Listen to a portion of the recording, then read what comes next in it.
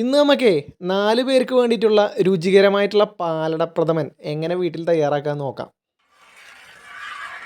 പാലട രുചികരമാക്കാനായിട്ട് നമ്മൾ കുറച്ച് കാര്യങ്ങൾ ശ്രദ്ധിക്കാനുണ്ട്. അതായത് ഇതിന് ഉപയോഗിക്കുന്ന പാത്രങ്ങൾ നന്നായിട്ട് ചൂടുവെള്ളത്തിൽ കഴുകി വൃത്തിയാക്കി എടുക്കണം. വെയിലത്ത് വെച്ച് ഉണക്കാൻ പറ്റിയാൽ അത്രയും നല്ലത്. ഇതിലേക്ക് വേണ്ട ഇൻഗ്രീഡിയൻസ് എന്തൊക്കെയെന്ന് നമുക്ക് നോക്കാം. പാലട മട്ട അരിയുടെ പാലടയാണ് കേട്ടോ വേണ്ടത്. 75 ഗ്രാം പാല്, 1 ലിറ്റർ പഞ്ചസാര, 200 ഗ്രാം ഉപ്പ്, 1 നുള്ള് അൺസാൾട്ടഡ് ബട്ടർ, 25 ഗ്രാം. നമ്മൾ മിൽമ പാലാണ് ഉപയോഗിക്കുന്നത്. അത് 1 ലിറ്റർ അരിച്ച് കുക്കറിലേക്ക് ഒഴിക്കുക.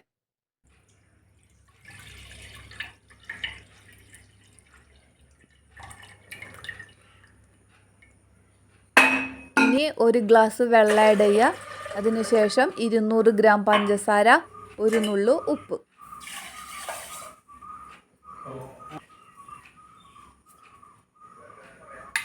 പിന്നെ ഇതിൽ നമ്മളൊരു സ്പൂൺ ഇട്ടിട്ടുണ്ട്, സ്റ്റെയിൻലെസ് സ്റ്റീൽ സ്പൂൺ. അതെന്തിനാണെന്ന് വെച്ചിട്ടുണ്ടെങ്കിൽ പാല് തിളച്ച് തൂവി പോവാതിരിക്കാൻ വേണ്ടിയിട്ടാണ് നമ്മളത് ചെയ്യണത്.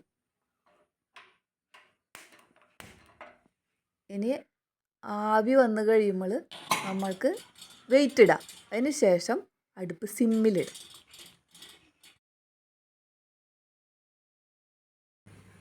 കുക്കറിൽ പാല് വേവാൻ വയ്ക്കുന്ന സമയം തന്നെ മറ്റേ അടുപ്പത്ത് നമുക്ക് 1/2 ലിറ്റർ വെള്ളം എടുത്ത് തിളപ്പിക്കുക.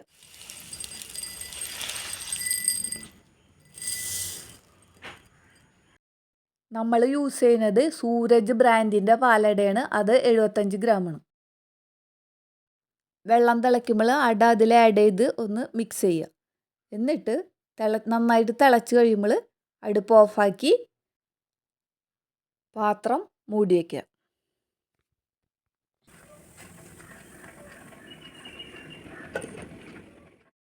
അരമണിക്കൂറിന് ശേഷം ഈ അട അരിച്ചെടുക്കുക. ഈ അരിച്ചെടുത്ത അട തണുത്ത വെള്ളത്തിലൊഴിച്ച് വീണ്ടും അരിച്ചെടുക്കണം. ഈ സമയം ഇത് വെന്തിട്ടുണ്ടാവും.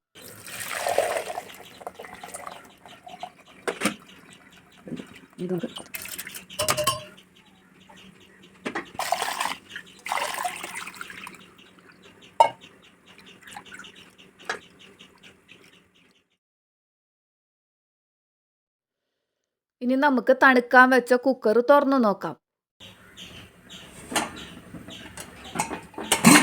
ആഹാ, പാല് നല്ല വെന്ത് നല്ല പിങ്ക് കളറായിട്ടുണ്ട്.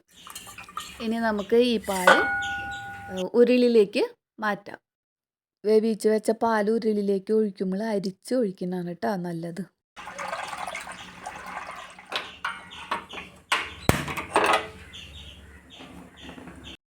ആദ്യം പറഞ്ഞതുപോലെ 25 ഗ്രാം അൺസാൾട്ടഡ് ബട്ടറും ഇതിൽ കൂടെ ആഡ് ചെയ്യുക.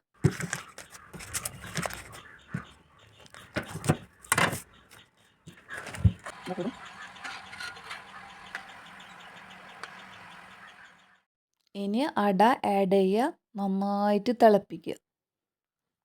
അതിനുശേഷം സിമ്മിലിടുക അടുപ്പ്. പായസം പാകമായത് എങ്ങനെയെന്ന് വെച്ചാൽ അറിയുക. ഈ പാലും അടയും കൂടി ചേരണ ഒരു പരുവുണ്ട്. ആ സമയത്ത് നമുക്ക് അടുപ്പ് ഓഫ് ചെയ്യുക. വീണ്ടും ഉരുളിയിലിരിക്കുന്ന പായസം നമ്മൾ ഇളക്കിക്കൊണ്ടിരിക്കണം. അതായത് പാത്രപാകമാകാന്ന് പറയും. അമ്മ ഇനി നമുക്ക് പായസം ഒന്ന് ടേസ്റ്റ് നോക്കിയാലോ?